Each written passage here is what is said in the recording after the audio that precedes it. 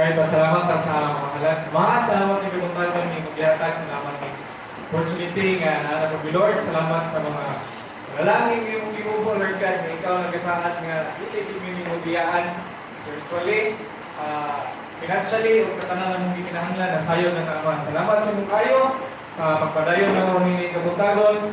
Mahal, salamat sa pag-guide ka na mo. Salamat sa paghatag, revelation o pag-apply sa mga unang-una. Salamat sa grasya, sa kinabuhay ng paghihatan. In the name of the Lord Jesus Christ. Amen. Mayong butag sa good morning, no? Mayong Domingo. Kining ato ang atingong pinasahin ni Pakiksona, no? Hindi pwede mawag yapon, no? O akong ibalik-balik sa Bible School, no? Bible College, tumala sa hermeneutics. Si Jesus gilansang sa cross tungkol sa sayop na interpretation, no, sa Bible.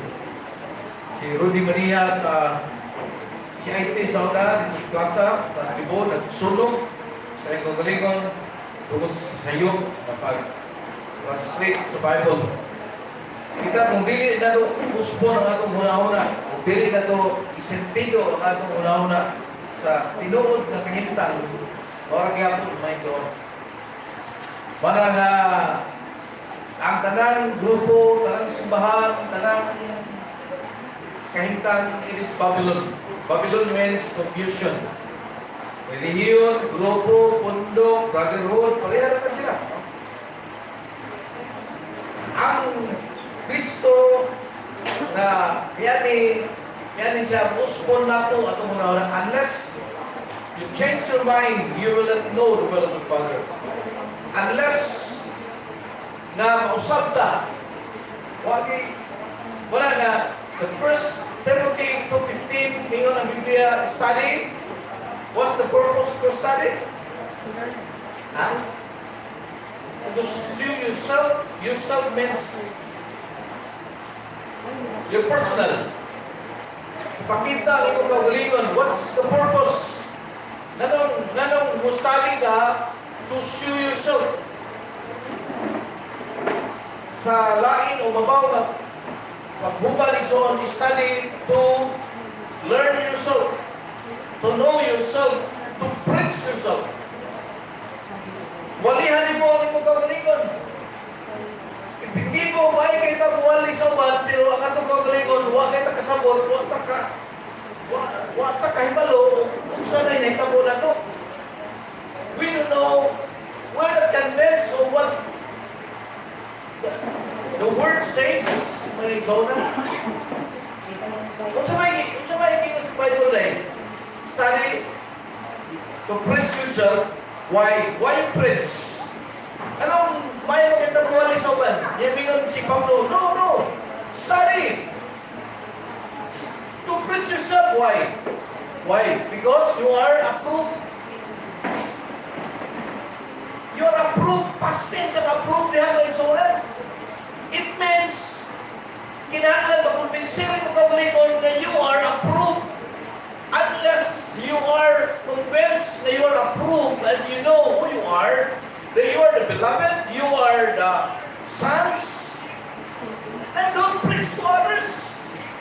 Mayroon ka mga nakasabot sa atong kagalingon, mga nakasabot sa atong kahintang, nakumbinser ba ang atong kagalingon, nakumbinser ba ang atong mindsetting may ito na usaba na atong una-una. Eh, hantong minga ang Biblia, Revelation 3:1, ang overcomers, mahimo na itong haligi. Tarawan niyo may ito, Revelation 3:1, no? Huwag malapit bukang niya ang verse, pero ang buti pasabot niya ng Revelation 3:1, tanang mga overcomers, tanang mga nakadaog, himo na itong haligi. So, haligi nga ba, tumba-tumba ka, gamay problema, tumba, gamay kabalang ka, maigo ka, anxiety. Naman, tungkol kay we are not convinced of what God has told us. That you are created in the image of God. You are not flesh, you are spirit being. Maraming kung sa ko na sa 3:21, and I give her, Revelation 3:21. To him that overcometh, I will grant to sit with me at my throne. You are sitting at the throne of God. To those who are awakened, to those who are alive, it's I will let them sit at my Father's throne. As I'm sitting at the right hand of the Father, ingon ka kung naglingkod sa trono sa Ama, kamo usap magalingkod. Once you change your mind, once you convince yourself and so on, that you are beloved, you are son, ingon siya, you are, lifted up higher. Ephesians 2:6. Kusing ingon yan. Gibayaw ka mo sa mga langit nung dapit. Asa mo ito? Are you still at the ground zero? Are you still at the basura? No! If you change your mind, if you know who you are, if you preach yourself, if you convince na imong na ikaw approved already, ikaw ang tao na magkatuon na dili kayo maulaw. Rightly dividing the word of truth. Dili usab, dili uting, dili sana magkalang-kalang ang imong paglakaw sa kinabuhi ko ito. Karon kalang-kalang lakaw sa kanaman. Ang atong kaugalingon wala na ni mag-convince na you are beloved. Inigabot sa trahedya, inigabot sa mga bagyo, inigabot sa kasuliran, inigabot sa Biblia. Hampakot na sa mga hangin, bakil ko kami. Ang atong patukuran na patukod sa asa na patukod? Mateo, asa na bil? Balas ka, matong pa Sister Marites. If you are mga kaigsunan built at the sun, may nga na Biblia igabot sa panahon, dali na kayo sukarap. To sum up all of this, mga kaigsunan, masabta na to, kiningatong itunan karon. Now, to live in the Spirit, which is Christ is our true identity. Sa diyan, makonvince ka, sa ito yung Biblia, study to preach yourself that you are approved. What to approve?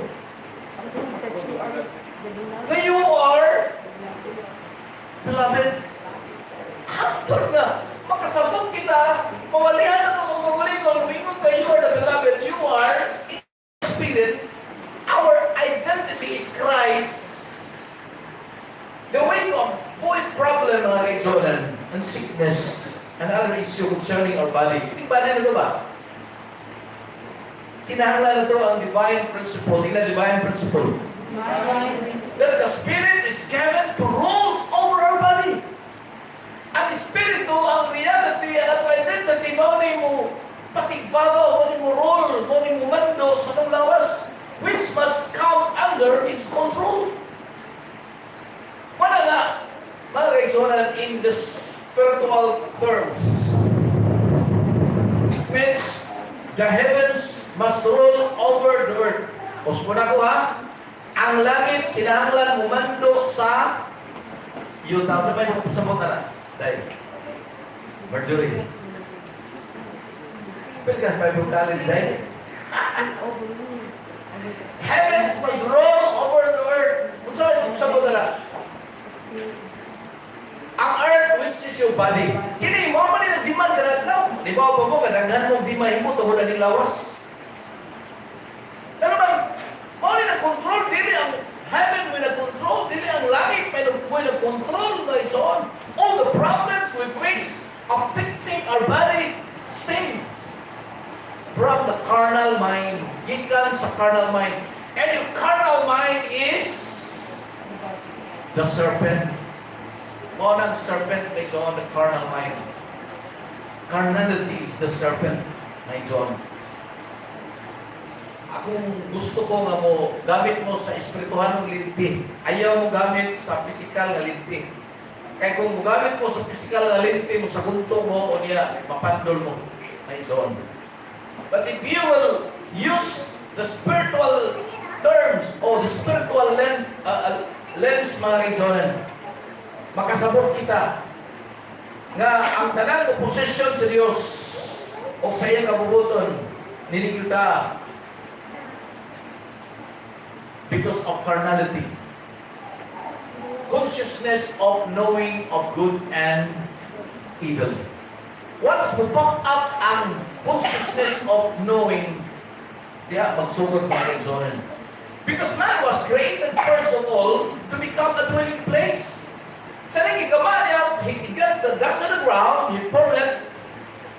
Genesis 2 verse 8, mention, mayroon pa sa hangyo sa mga Israelita sa una, mingon ang Diyos ganito sa mga Israelita sa Exodus 25 verse 8 nga, gusto kong magkuyot liwala sa akong katawan. O kahit hindi akong katawan, nakita mo sila galing Diyos, kaya mingon man ang mga Israelitas, tagaibig na ang hari, tagaibig na hari, mingon ang ginawa. Ako magkita mo mag-hari, nga ako may hari ninyo. No, pareha sa laing mga nasod, nga laing hari, tagaibig hari.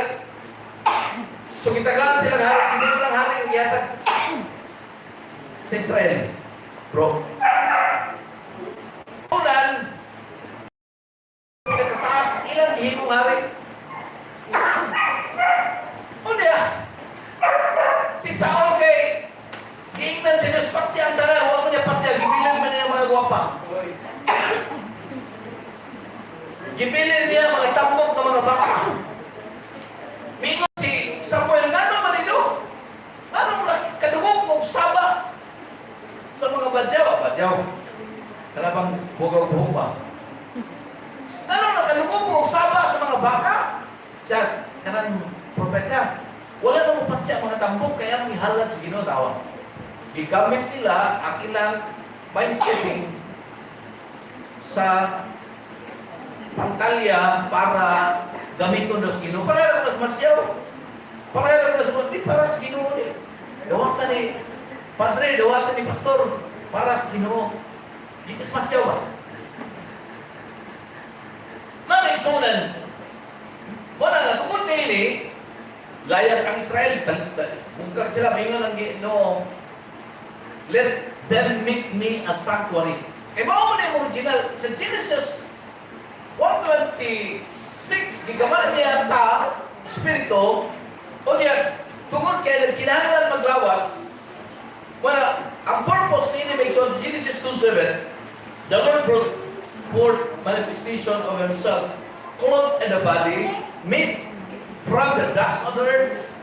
Wala na. The reason why God needed man to have a body, tungkol kay Espiritu ang tao. Dili ba makita ang Espiritu? Makita ang Espiritu? Oo, gani. Ang Espiritu mag-uol ba? May ubos ba ang Espiritu? Mataranta ba ang Espiritu? Dili.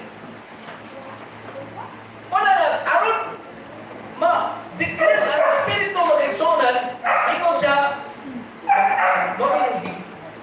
was the gas on the ground, and kung manakalit, wala nga, man's true identity from the creation would have a vessel through which he could manifest himself to the world. Although dust on the ground. Wala nga, sa Genesis 1:26, gitawag siya bara, created. Pero sa Genesis 2 verse 8, dili siya bara sa to. Form. Forma, lahi ang created, lahi ang form. Wala nga. Genesis 2 verse 8, He formed from the dust of the ground and He molded it, butangan ng ilong, butangan ng mata. O niya, katong Genesis 1:26, nagigama niya ang Espiritu, gihuyog niya, na naman, temple. In the seventh day, He breathed the bread of life. So, and after He created man, ang tao, yan dineklara na tunay rest, Sabbath. But Paul declares that our body is the temple of God. It does not belong to us. This body does not belong to us. God formed. Ikaw, ipurma ka sa kaundan sa imong inahan sa Salmo 139 day. God formed in your mother's womb, creatively, wonderfully. Kasi nagpurma rin, sister. Ang Diyos nagpurma rin mo sa taguan ka sa iyong inahan. You are formed in your mother's womb. Jeremiah 1:5. Before He chose you, before He formed you in the mother's womb, He called you. Itawag na mo. Mana nga, ang kamaturan mga kaibigan, we have ang problema, we violated the purpose of God regarding our body. Kining lawas sa mga kaibigan, pumunta na ito ang Kristo mo yung possess din. Yung sa'yo ng possess din? Ha? Angkonon ka. Kung imong motor, di mo bayaran, mahimo nang possessed by the owner of the company. Kaya na yung palito na, ninunod po itong repossess. Repossess ba? Ha? Kung saan siya, mga repossess, cars, motors, di ba? Repo. Wala mga kaisunan. Nga, ang problema, we violated the purpose of God regarding our body. Atong lawas para maging kang Kristo. Gibuhat ni para kang Kristo may soul to express Himself to the world. Na mapadayan ang Kristo sa kalibutan through you. Kung namin we are the hands, we are the children, we are mga kaisunan, instead we have used our body to fulfill the desire of our flesh. Mga nahitabo, gihimo na to, hinuon nga ang tinguha, wala nga, we need to praise ourselves first. Ako usbunan, usbanin niyo ang inyong mindset. If you want to be part of the 42nd generation, unless you change your mind, you will not know the will of the Father. Hangtod, makasabot kita. Kaya imong walihan ang imong gawalingon. What? Walihan ang imong gawalingon. Study. Not to preach others. Study. Not to teach others, but study. Ang purpose ng study, unsa? To teach yourself. Ganong walihan ang imong gawalingon? To know the real identity. Para ma-convince, kay gahin niya tumutok. Sumala, pila yung taga-tulig sa Pino, na-convince magyapon nga, magwaduha ang tao sa'yo, sigos magagawa. Wala, magkapon. Wala man ka ma-convince. Wala ma-convince sa inyong utok na you are beloved, you are special. God give His life. Because I came that you might have life. Kung sa ito yung isunod na I think that you may more abundantly. Ipatamutuan na, lisod mo kukusip. Ano din lang ito? Kaya mo pa makumbinsin ako mo ito. Nga naman, gawalin na slide. May makita mo na slide. Pero sa atong gawalin mo, wala ka rin na mausap niya itong hunahunang mind-sitting na aprobado ka na, dili na ka struggle, you will not perform anymore because you are approved. Palangga ka, ingon siya, I will never leave you nor forsake you. This is our vital issues, mga kaibigan, that we need to address. If we are to conform to the will of God, mga kaibigan, man generally gives little thought to the fact that our body does not belong to us. Ay, itong lawas, ano man ang imong lawas, imong mga kunod? Kaya ikaw may tagiya sa imong lawas. Sige, tagiya 1 Corinthians 6:19. Ipalit na sa mahal na bili. God has a high calling to be fulfilled concerning our body. Nasa mandato na God never intended the carnal mind, which is the part of our soul life, to control over our body. What is carnal? Consciousness of good and evil. What is carnal? Carne, flesh. Mana nag-control karon sa simbahanan, mana nag-control karon sa mga bisag kinsa mga kaigsoonan. Once you are controlled by the senses, you are carnal. Mana ang nahitabog ang Eve, mga John, deceived by the serpent. Mana direksyon ang gipili, iyang itugot, kay gingan naman siya na, ko sa Ginoo mamatay mo. Wag mo mingon ng Ginoo wag mo mingon ng Ginoo nga sa Ginoo nga kung mukaon mo, ilabot mo sa knowledge of good and evil, you will surely die. O niya, kung mingon ng Yawa, tinurba na mingon ng Diyos na mamatay mo kung mukaon. Tinawag mo yun. Spiritually speaking, pero physically, dili. Sulay. Spiritual. Yeah. Pero ang consciousness mag-igsunan, bantayan ninyo ha, bisag ang inyong mga mo, balik na ito sa Mesopotamia. It's in your inside. Nasa mong sulod ang knowledge of good. Nga mo pop up anytime. Mo challenge your entity. Wala, as a result of her being deceived, she gave the carnal mind to control over her body. Kada adlaw ang atong carnality, ang atong unod-non mo na nag-control kada adlaw, igawas na to, idukduk sa tong sudalag bugas, mo na nag-control, iniglakaw na to, buwan, di ko kalakaw kay buwan. Di ko kasimba kay way kwarta, di ko ka adto, di ko ka doon sa Ginoo kay you are controlled by the senses. Mga kaiso, the body of sin. A Paul used expression because of our corrupt behavior, may result kini from the carnal mind and expressed through the body that was designed to be. So the body, ang supposed to be the body of Christ, energized by the Spirit of the Lord, our carnal mind expressed the Adamic consciousness. Instead, mo energize mag-igsunan ang Espiritu sa Ginoo, dili maka-energize. Why? Because our carnal expresses the Adamic consciousness in contrast to the mind of Christ. Maraming ko si Paul, have the mind of Christ. Kinahanglan makabaton ta kunahuna ni Kristo, who was given the right to rule over the earth.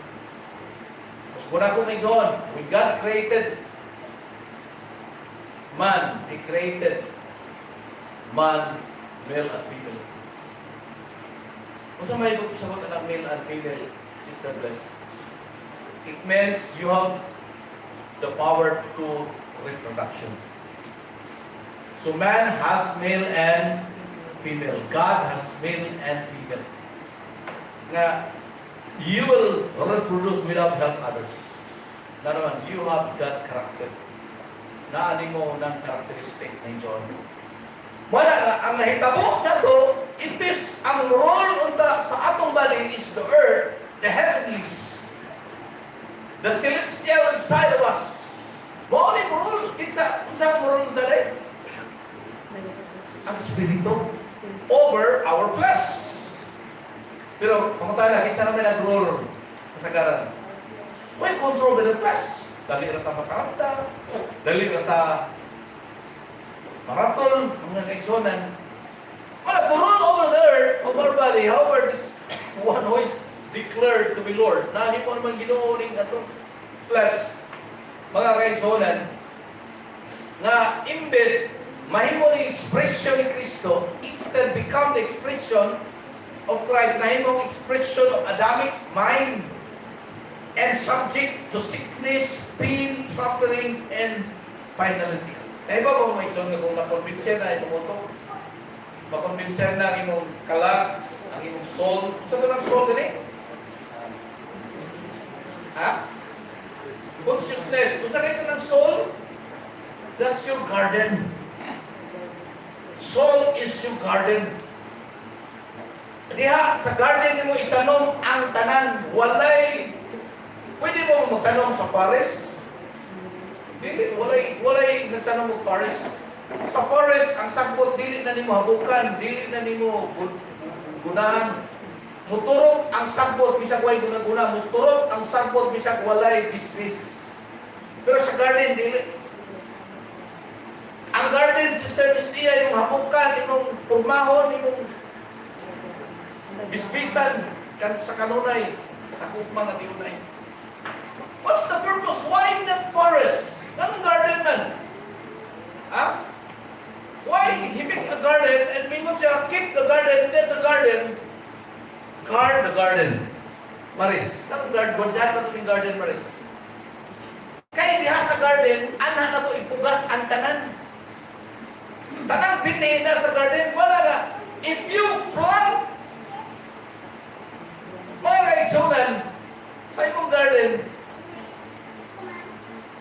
negative ideas, doubts, kabalaka, kahadlok, ibutang yung talong nito sa garden, sigurado hindi nagmuturok. Hindi na, bisbisan, muturok na. Marami ko na ginoon, guard, keep your garden. Till the garden. Kung kultibo ba? Kailangan ang tanong nito sa garden, namin, mga kaigsunan, life which is the Christ. Put Christ. Mingon siya, and he put man in the garden. Ang man nag-create niya, usmula ko, kinsa itong tao ang gaba sa Diyos sa Genesis 1:26. Kinsa to? When he created man like him. In the image of God, he created him. Isang to. Ha? Isa? Ha? Isa? Si Kristo. 2 Corinthians 4:4. The God of this world blind us that we cannot see the image of God. And Christ is the image of God. Si Kristo ang imahen sa Diyos. Siya ang kapnganan, siya kinatibukan may soon sa dagway sa Diyos. Siya ang igama niya, si Adam may soon. The first Adam was created spiritual. The first Adam created male and female. Ang problema, kaya ang babae, naguna-una ka, sipirit siya, lain siya. Si Adam, nagdamgo siya, na nagbulag ang babae, gilangkap sa walang puso, nagdamgo. Matod pa sa Biblia, nakatulog si Adam sa halalong nga pagkatulog. Grabe ang katulog niya. Unya, iyang nabatayan nga na gilangkap sa iyang tuong walang busok nga nisiparal kaniya. Pero nasayon siya nga ang gilangkap sa iyang walang busok, iyang parte. Maraming siya, flesh of my flesh, bone of my bones. Hindi siya pwede. Part gihapon niya, my God. It's not different. God is not creating woman, He's creating Adam only. Adam represent the humanities. Adam represent mga kaigsunan sa tanang katawan. Nga naadiri ang pagpadagkadaghan. Bisan pa kung sa'yo may tabo, budaghan bilis siya ganawan, male and female. Pero masipirit na gani igsoon ang iyang female side, di ka nabudaghan. Ang nidaghan, bad thoughts, bad ideas, carnality ang nidaghan mga igsoon. Muna instead become an expression of Christ na himong Adamic mind. Muna diri nagsugod ang balatian, kabalaka, kahadlok, pagpatay, pangawat, pangabubog, suko, kaligudgod, to correct the situation mga igsoon and restore our body to its former glory as the body of Christ requires death. Muna mamatay din si Jesus. Kaya kinahanglan patag pa, kung mo hilabot, kalidan, patay ka. Wala na kinahanglan, mamatay si Kristo. Iyang sagap ang ideya, i-offer ni iba, aron maluwas niya ang female side. Na naman, pwede naman si Adam, di mo kaon espiritu si Adam, he was created like God. He was created spirit. Pero, aron maluwas niya ang female side, aron maluwas niya yung kalag, may son. May ambit siya, aron mamatay siya. Kung ang first Adam died, kuha niya. May son? Wala si Kristo kailangan mamatay. O niya mabuhay. Wala kung sa Narnia, nagrepresenta ni Kristo. Walay lain makabayad sa atong sala. So, walay lain nga mo restore sa garden, sa paraiso is Christ. Ang former glory of the body of Christ requires death. Tungod kay na-destroy kini sa carnal mind, consciousness of knowing of good and evil. Para ako usgon ni John, don't tell anybody, don't teach anybody, don't preach anybody. Unless you preach yourself. Marami yung Biblia, study to be quiet and do your own business. 1 Thessalonians 4:11. Ayaw maghilabot sa uban. Sa kinanang, wala mo manangyaw. Mga kisoran, ang gusto sa Diyos, wala siya maginaglag mga speakers na saba, na agong, na moralan ng background. Ang yung kinahanglan mga lampstand nga naay light. Ingon siya, bisan kinsa usul nako mahimong kahayag. I am the light, you are the lampstand. But if you put the lamp in the right place, if you put the light in the right place, o ibutang mo ang light sa eksaktong dapit, asa man ang eksaktong dapit sa light, sa ng light na to? Ha? Kailangan sa kakre? Ibutang na to, ilang sa katagan? Put it, God in the box. Put it, God under the bed. Wala ilahin dapat na ikson kung tanganan sa lampstand. Sumutanganan sa sugay sa lampstand. And you are the lampstand. Matod pa sa Revelation 1:20. And the lampstand I see in the churches. And you are, wala na, hantod na makasabot kita ison na you preach yourself. You study for yourself. You study for your own good. Na makonbensir ang imong utok na you are beloved, you are special, you are palangga. Na you are the temple, you are the garden. Wala yung post niya itong religion. Religion is Babylon. All religion is Babylon. Tanang religion, Babylon, religion. They preach other people. They want revival. They will go to crusade for revival. But they are not preaching their own self. They are not convinced, my God. But the issue was settled in the garden of Gethsemane while the disciples were sleeping. Sila nakatok ang mga disipulo, si Jesus dito sa Gethsemane. Nakikistorya siya sa Ama. Ama. Okay. Nahulog ang tao sa garden, ma-restore po sa garden. Sa Garden of Eden, nahulog ang tao, and Jesus was kneeling down in the Garden of Gethsemane, discussing the Father plan of redemption that would free our body from its alien authority. Mingong alien kay dili ni wala magbuhat ang Dios o kasuko, wala magbuhat ang Dios o kapungot, wala magbuhat ang Dios o anxiety. He's not creating carnality. Ang senses ni John, niguwa siya sa pag-infuse sa spirit and humus. When he breathed the breath of life, man become a living soul. Biguwa ang senses. He's not creating woman. God is not creating woman. God creating Adam. Pero anong labay ng babae?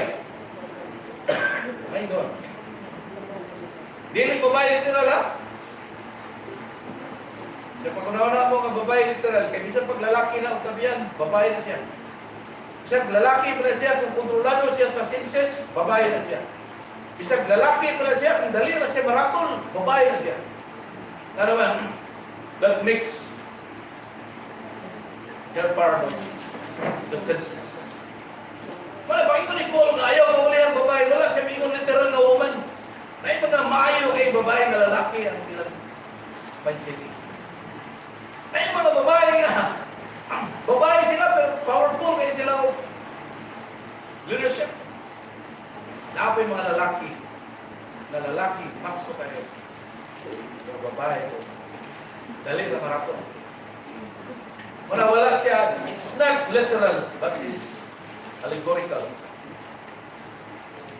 One of the Jesus discussing with his Father the plan of redemption that would free our body from alien authority, allowing the Christ to bring the body under the divine control. And it was the Father's will, that His Son Jesus Christ would take His own humanity into death. Ang Ama may nagpadala siyang bugtong anak aron mahimong unod o mamatay.